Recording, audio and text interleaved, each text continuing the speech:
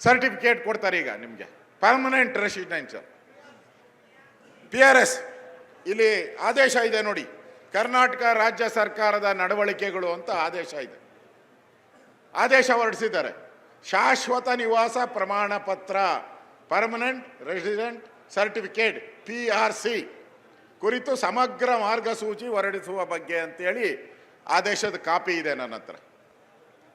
ಈ ಆದೇಶದ ಕಾಪಿಯಲ್ಲಿ ಏನಿದೆ ಅಂದರೆ 10 ವರ್ಷ ಇದ್ದರೆ ಸಾಕು. ನೀವು 10 ವರ್ಷ ಇದಾರೋ ಇಲ್ಲೋ ಗೊತ್ತಿಲ್ಲ, ಹೆಸರಿಗಷ್ಟೇ. ಆದೇಶಕ್ಕೆ 10 ವರ್ಷ ಇಲ್ಲಿ ವಾಸ ಆಗಿದ್ದಾರೆ ಅಂತ ಹೇಳಿದ್ರೆ ನಿಮಗೆ ಶಾಶ್ವತ ನಿವಾಸ. ಶಾಶ್ವತ ಯಾರನ ಇದ್ದಾರಾ ಇಲ್ಲಿ? ಇಲ್ಲಿ ಬಂದೆ ಸುಮ್ಮನೆ, ಅಲ್ಲಿರುವುದು ನಮ್ಮ ಮನೆ. ಗ್ಯಾರಂಟಿ ಇಲ್ಲ, ನಾಳೆದು ಗ್ಯಾರಂಟಿ ಇಲ್ಲ, ನಮಗೆ ನಾಡ್ದು ಗ್ಯಾರಂಟಿ ಇಲ್ಲ. ಇದ್ದಷ್ಟು ದಿನ ಒಳ್ಳೇದು ಮಾಡಪ್ಪ ಅಂತ ದೇವ್ರು ಕಳಿಸಿದ್ದಾನೆ. ಒಳಿತು ಮಾಡು ಮನುಷ್ಯ ಅಂತ ನೀನು ಕಳಿಸಿರೋದು ಇಲ್ಲಿಗೆ. ಈ DK ಶಿವಕುಮಾರ್ ಅವ್ರಿಗೆ ಶಾಶ್ವತವಾಗಿ ಕೊಡ್ತಾರಂತೆ. ಶಾಶ್ವತ ಅಂದರೆ ಏನು? ಬಾಂಗ್ಲಾದೇಶದವ್ರಿಗೆ ಸರ್ಟಿಫಿಕೇಟ್ ಕೊಡೋಕ್ಕೆ ಮಾಡ್ತಾ ಇರುವಂಥ ಸ್ಕೀಮ್ ಇದು. ಕೂಡಲೇ ಇದನ್ನು ವಾಪಸ್ ತೆಗಿಬೇಕು. ನಿಮ್ಗೆ ಅಧಿಕಾರನೇ ಇಲ್ಲ. ಸಂವಿಧಾನದ ಆರ್ಟಿಕಲ್ ಪ್ರಕಾರ ನಿಮಗೆ ಅಧಿಕಾರ ಇಲ್ಲ. ಕೇಂದ್ರ ಸರ್ಕಾರ ಮಾತ್ರ ಪೌರತ್ವವನ್ನು ಕೊಡ್ತಕ್ಕಂಥದ್ದು. ಕೇಂದ್ರ ಸರ್ಕಾರ ಮಾತ್ರ ಪರ್ಮನೆಂಟ್ ಈ ದೇಶದ ನಾಗರಿಕ ಯಾರು ಅಂತೇಳಿ ಸರ್ಟಿಫಿಕೇಟ್ ಕೊಡುವಂಥ ಅಧಿಕಾರ ಕೇಂದ್ರ ಸರ್ಕಾರಕ್ಕೆ ಮಾತ್ರ ಇರೋದು.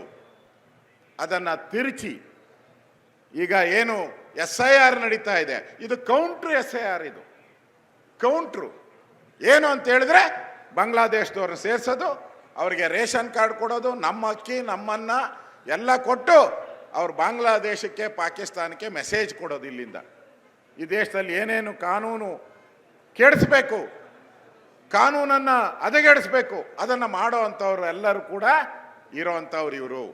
ಇವ್ರು ಕೊಡಬೇಕೋ ಬೇಡೋ ಯೋಚನೆ ಮಾಡಿ. ಕೊಡಬೇಕಾ ಇವ್ರಿಗೆ? ನಮ್ಮನ್ನ ತಿನ್ನಕ್ಕೆ ಬರ್ತಾ ಇದ್ದಾರೆ, ನಮ್ಮ ರೇಷನ್ ತಿಂತಾರೆ, ನಮ್ಮ ಹಣ ತಿಂತಾರೆ, ನಮ್ಮ ನೀರು ಕುಡಿತಾರೆ.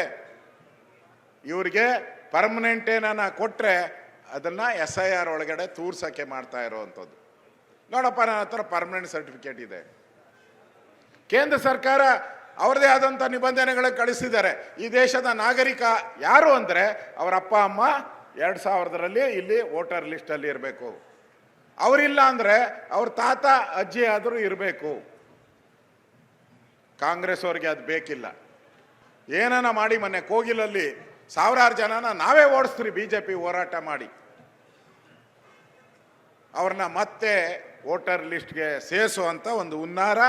ಅದಕ್ಕೆ ಅವರು ಆರ್ಡರ್ ಕಾಪಿಯನ್ನು ಇಶ್ಯೂ ಮಾಡಿದ್ದಾರೆ DK ಶಿವಕುಮಾರ್ ಅವರು.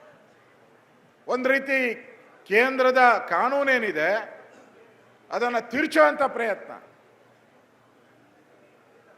ಪರ್ಮನೆಂಟ್ ಆಗಿ ಕೊಟ್ಬಿಟ್ರೆ ಅವ್ರು ಪರ್ಮನೆಂಟ್ ಆಗಿ ಕಾಂಗ್ರೆಸ್ ವೋಟ್ ಹಾಕ್ತಾರೆ ಅನ್ನೋ ದೃಷ್ಟಿಯಲ್ಲಿ ಇಟ್ಕೊಂಡು ಮಾಡ್ತಾ ಇದ್ದಾರೆ. ಅದಕ್ಕೆ ಕೂಡಲೇ ಇದನ್ನು ನಾನು ಆಗ್ರಹ ಮಾಡ್ತಾ ಇದ್ದೀನಿ, ವಿರೋಧ ಪಕ್ಷದ ನಾಯಕನಾಗಿ ಕೂಡಲೇ ಇದನ್ನು ವಾಪಸ್ ಪಡಿಬೇಕು.